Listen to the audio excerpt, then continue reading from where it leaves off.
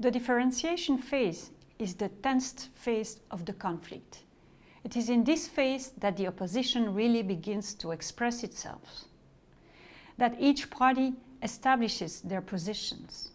The parties focus on their differences rather than their similarities. It is also at this point that the parties question their ability to use force, threat, or rewards to achieve their goals. This phase of differentiation is divided into two sub-moments, the felt conflict and the manifest conflict.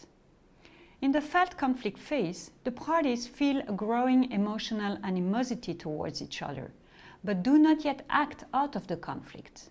When the conflict becomes manifest, the conflicting perceptions and feelings become concrete reality and are made visible through the action, defense, or attack carried out by the parties. As tense and potentially problematic as it may be, the differentiation phase is, for some authors, nevertheless essential to the constructive resolution of conflicts. For these authors, in fact, the parties will only be able to reach an optimal solution if they have clear knowledge of their respective positions and the issues at stake. When the differentiation phase becomes problematic is when it enters one of the destructive cycles, the escalation cycle or the avoidance cycle.